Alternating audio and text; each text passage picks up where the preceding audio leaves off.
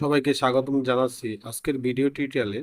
আমাদের আজকের ভিডিও টিউটোরিয়ালটি হচ্ছে 2026 সালে দাখিল পরীক্ষায় আসা সেট ও ফাংশন থেকে একটি সৃজনশীল। তো তোমরা সবাই মনোযোগ সহকারে দেখতে থাকো। তো দেখো এখানে আমাদের যে উদ্দীপক আছে এখানে দেওয়া আছে পি ইকুয়াল টু 1 টু কিউর মান দেওয়া আছে, আর এর মান দেওয়া আছে এবং এফ অফ এক্স অর্থাৎ একটা ফাংশনের মান দেওয়া আছে। অর্থাৎ এই অঙ্কটি হচ্ছে তোমার সেট এবং ফাংশন দুটি কম্বিনেশন করে আসছে।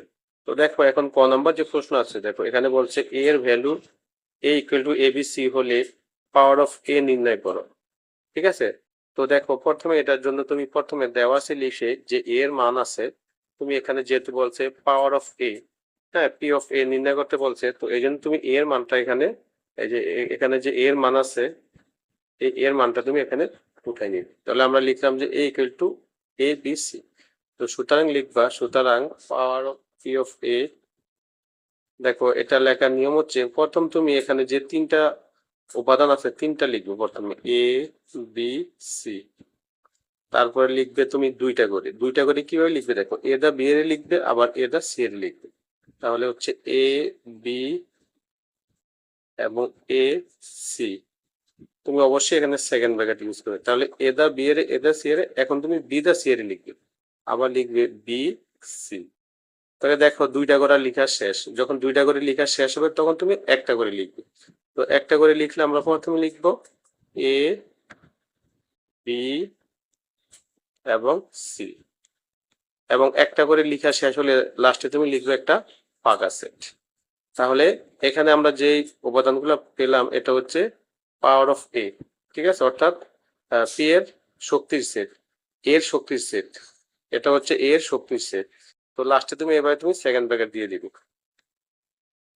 ঠিক আছে, তাহলে আশা করি তোমরা এই ক নাম্বার বুঝতে পারছো। দেখো দেখো এখন খ নাম্বারটা দেখো, এখানে বলছে পি করস কিউ সেড অফ আর, এটা হচ্ছে তোমার বাম পক্ষ, ঠিক আছে, এই অংশটা হচ্ছে বাম পক্ষ আর এই অংশটা হচ্ছে ডান পক্ষ। এখন তোমার এই যে পি কিউ আর এর যে তিনটা মান এখানে দেওয়া আছে, এই মানের সাহায্যে তুমি এই দোনো সাইডের ফলাফল একই রকমের আনতে হবে, অর্থাৎ এখানে যে রেজাল্ট তুমি আনবে এই পাশে তোমাকে একই রেজাল্ট আনতে হবে। তো দেখো এখন আমরা খ নাম্বার শুরু করছি।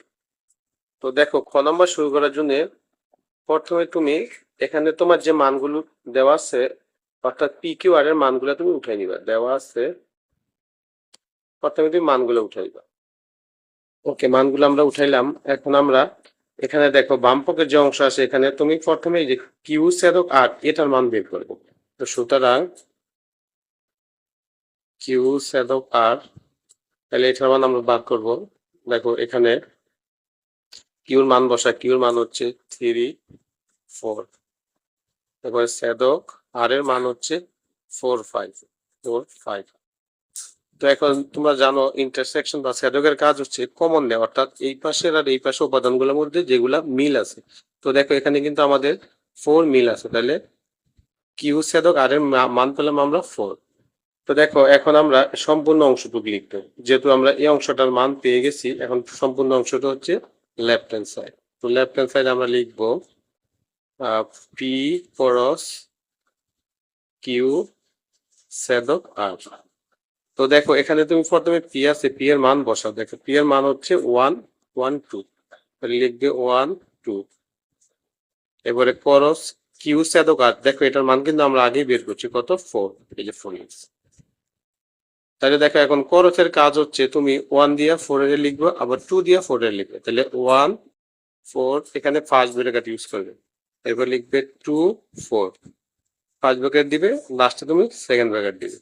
তাহলে দেখো এখন কিন্তু আমরা এই যে বাম পাশের যে অংশটুকু আছে অর্থাৎ বাম পাশের আমরা রেজাল্ট পাইলাম কত 1 4 এবং 2 4। এখন আমাদের এই যে এখানে যে ডান সাইড আছে রাইট হ্যান্ড সাইড, এটা রেজাল্ট তোমার এই 1 4 2 4 আনতে হবে। ঠিক আছে, তো দেখো এটা কাজ করার জন্য প্রথমে আমরা এই যে পি করস কিউ এবং পি করস আর এই দুইটার মান আলাদা করে বের করব, পরবর্তীতে পুরো অংশটুকুর মধ্যে আমরা লেফট রাইট হ্যান্ড সাইড লিখে মান বসাই।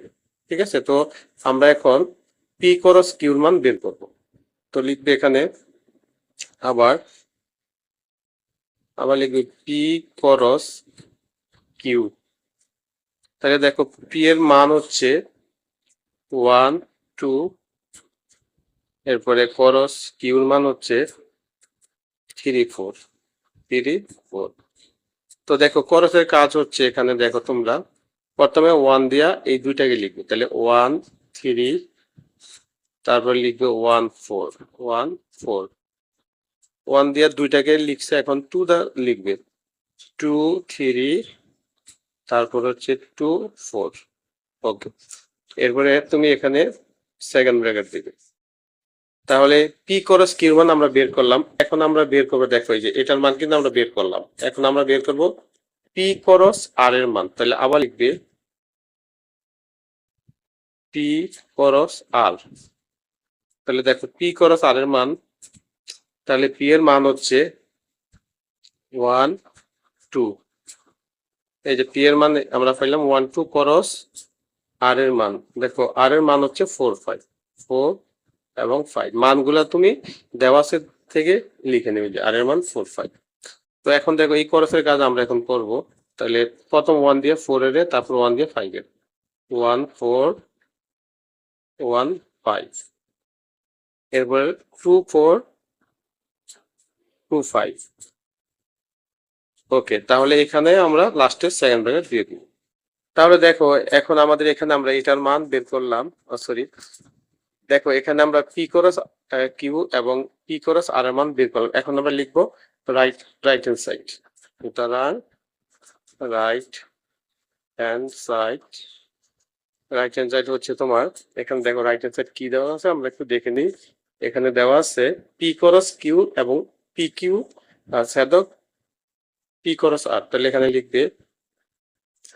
লিখবে পি করস কিউ ছেদক পি করস আর। এটা আমাদের রাইট হ্যান্ড সাইডে এই অংশটা আছে। তো দেখো এখন আমরা মান বসাই দিই। দেখো যে পি করস কিউ, এটার মান কিন্তু আমরা বের করছি, দেখো এখানে আছে মান। হ্যাঁ, তাহলে এই মানগুলো তোমরা এখানে লিখবে 1 3, তারপরে হচ্ছে 1 4, তারপরে হচ্ছে 2 3, অর্থাৎ এই মানগুলো লিখবে 2 4। দেখো এরপরে এখানে আছে, এরপর তুমি সেকেন্ড ব্র্যাকেট দিয়ে এরপর দিবে কি ছেদক চিহ্ন, ছেদক পি করস আর। এই দেখো পি করস আর এর মানও কিন্তু এখানে আছে। এই মানগুলো আবার আমরা এখানে লিখবো। এটার মান হচ্ছে দেখো 1 4, অর্থাৎ এই মানগুলো 1 4 1 5 2 4 2 5 2 4 2 5 2 5 সেকেন্ড ব্র্যাকেট দিয়ে দিই। তো দেখো এখন এখানে খেয়াল করো, এখানে দেখো এই পাশের যে মান ছেদক এই পাশের মানের সাথে করলে আমাদের দেখো তো কোনগুলো আছে। দেখো 1 4 এখানে আছে, হ্যাঁ, আবার এখানে 1 4 আছে। তাহলে আমরা কমনটা লিখবো 1 4। আর দেখো তো কি মিলে 1 4 মিললো। আর দেখো এই যে এখানে 2 4 আছে, ঠিক আছে, আবার এখানেও 2 4 আছে, তাহলে 2 4। তাহলে আমরা দেখতে পাচ্ছি এই পাশের উপাদান আর এই পাশের উপাদানের মধ্যে 1 4 আর 2 4 মিল। তাহলে আমরা এটা লিখবো এখানে। তাহলে এখন তোমরা খেয়াল করে দেখো, আমরা কিন্তু লেফট হ্যান্ড সাইডের মান পেয়েছিলাম এই যে অংশটা 1 4 2 4, সরি লেফট হ্যান্ড সাইড, আর রাইট হ্যান্ড সাইডের মানও আমরা 1 4 2 4 পাইলাম। তাহলে আমরা লিখতে পারি সুতরাং left hand side equal right hand side. আশা করি তোমরা এটা বুঝতে পারছো। তো শিক্ষার্থীরা এখন তোমরা গ নম্বর অঙ্কটি দেখো। দেখো এখানে প্রশ্নে বলছে f of 1 by x plus 1 by f of 1 by x minus 1 এর মান দেখাতে বলছে কত, 3 by x। তো দেখো এটার কাজ যখন তুমি করবে, প্রথমে উপরে যে উদ্দীপক আছে দেখো এখানে f of x এর যে একটা মান দেওয়া আছে, এই মানটা তুমি প্রথমে উঠাইবা এবং এই মান দিয়ে তোমাকে কাজটি শেষ করবে। তো এই জন্য তোমরা প্রথমে লিখবে দেওয়া আছে এই যে ফাংশনটা দেওয়া আছে f of x, সেটা উঠাইবা। এখন তোমাকে এই f of x এর স্থানে তোমাকে এই ভ্যালুটা বসাইতে হবে। দেখো এখানে আছে কি f of 1 by x। তাহলে এখানে মূল ফাংশনটা তুমি উঠাইলে, এরপরে তুমি এটার ভিতরে মান বসাইবা 1 by x। এর অর্থ হচ্ছে এখানে x এর ভ্যালু 1 by x বসাইবা, অর্থাৎ এখানে যেখানে x আছে তুমি 1 by x বসাইবে। দেখো 3 3, তারপরে এই যে x এর ভ্যালু 1 by x প্লাস 1 এর প্লাস 1, আবার নিচে দেখো এই 3 3, যে x এর ভ্যালু 1 by x আর মাইনাস 1 এর মাইনাস 1। এরপরে হচ্ছে দেখো আমরা এই যে 3 সবসময় উপরে যে গুণ হবে, তাহলে 3 একে 3 আর নিচে x এর x আর এই প্লাস 1 এর প্লাস 1। আবার নিচের যে অংশটা আছে দেখো এখানে 1 আর 3 গুণ করলে 3 আর x এর x। আর -1 এ -1। এখন আমরা এটাকে লসাগু করবো। লসাগু কিভাবে করবো দেখো। এখন তুমি দেখো এই যে এই অংশটা আছে, এখানে যে অংশটা আছে 3/x+1, এটার লসাগু হচ্ছে এই দেখো নিচে কত আছে, হর কত আছে x, তুমি এখানে লিখবা x। এখন এটার নিয়ম হচ্ছে এই যে x দিয়ে তুমি এই লসাগুর x এর ভাগ করবা, যে রেজাল্ট আসবে সেটা এই 3 এর সাথে গুণ করে। তাহলে x দিয়ে x এর ভাগ করলে অর্থাৎ একই সংখ্যা ভাগ করলে রেজাল্ট 1 আসে। তো 1 এর সাথে 3 গুণ করলে 3 একে 3। এই প্লাস এর প্লাস এখানে যেহেতু এখানে স্বাভাবিক সংখ্যা, এখানে ডিরেক্ট গুণ করবে, x এর সাথে 1 গুণ করবে, x ওকে x। নিচে একই ভাবে করবে, শুধু এখানে মাইনাস হবে x এর x। তো এখানে 3 হবে 3 মাইনাস x এর।